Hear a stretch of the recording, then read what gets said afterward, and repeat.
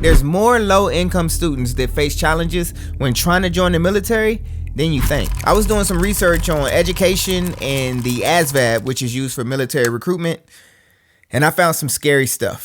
Did you know that students from low-income neighborhoods are twice as likely to fail the ASVAB compared to their peers from higher income areas? You can speculate and assume what the reason is, but it's pretty clear to me. These students in these low-income areas, their schools don't have the same resources to create a strong educational foundation, and this significantly creates a gap in knowledge, specifically in the math and the science areas, which are needed to pass the ASVAB. Scoring on the ASVAB is broken up into 8 different categories, the top 2 categories being the best. These are all the highly skilled jobs. Among those who enlisted, over 43% of white applicants scored in the top 2 categories of the ASVAB. If you look in the Hispanic community, less than 25% scored in this range, and if you look in the black community, less than 18% of people scored in that range.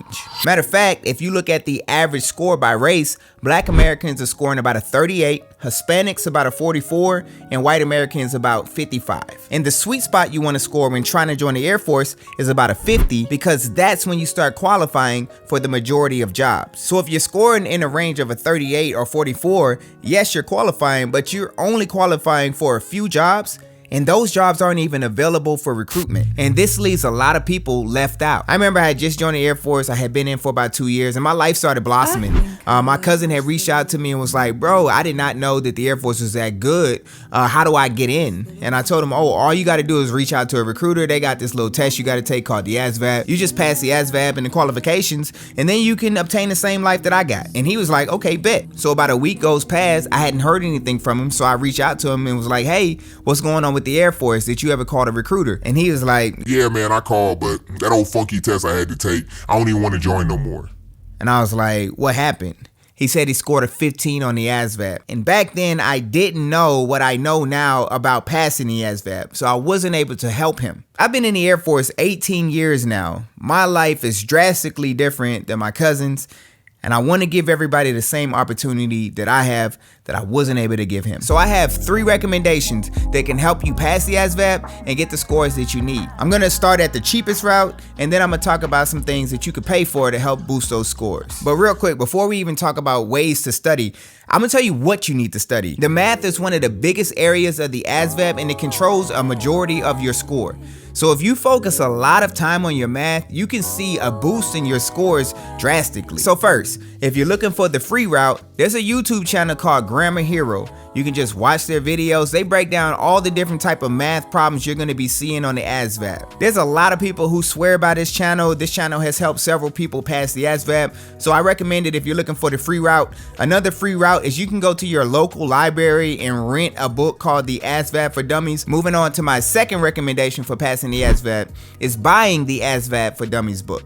And the reason why I would recommend buying it over renting it from the library is sometimes the book at the library is the outdated version. Now, keep in mind, whether you get a 2021, 2022, or their latest version, the ASVAB doesn't change too much, so whether you have an old version or the new one, it's not going to really affect the way you study. But some people just feel more comfortable knowing that they have the latest version. And then my third recommendation, this is a website that I've been recommending for a while now. It's called study.com. It's a little bit more expensive than the ASVAB for Dummies book, but it's a great program. Now, some of you may be like, why would I pay for that? And I can study for free off of YouTube.